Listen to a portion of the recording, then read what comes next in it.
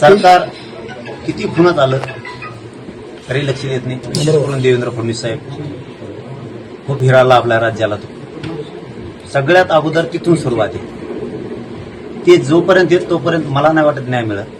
खुणं झाले, खून करणार लगेच बाहेर येतो, आणि जर बाहेर नाही आला त्याला ती इशी बसून दिली जाते.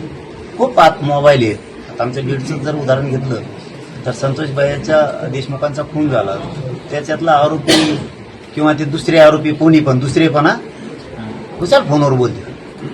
हे फडणवीसांचं असलं सरकार आहे. म्हणजे प्युअर राक्षसी वृत्तीनं काम सध्या राज्यात सुरू आहे. इथं गुंड्यांचं चालणार आहे, गोरगरीब जनतेचं शेतकऱ्यांचं इथं चालणारच नाहीये. त्यामुळे यांना आपटावं लागणार आहे एकदा पुन्हा.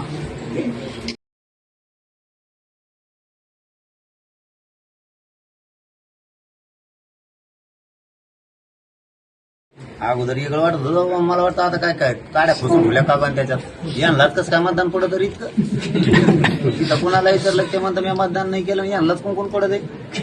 ते ममताबाई पाडी वाटते कोणी.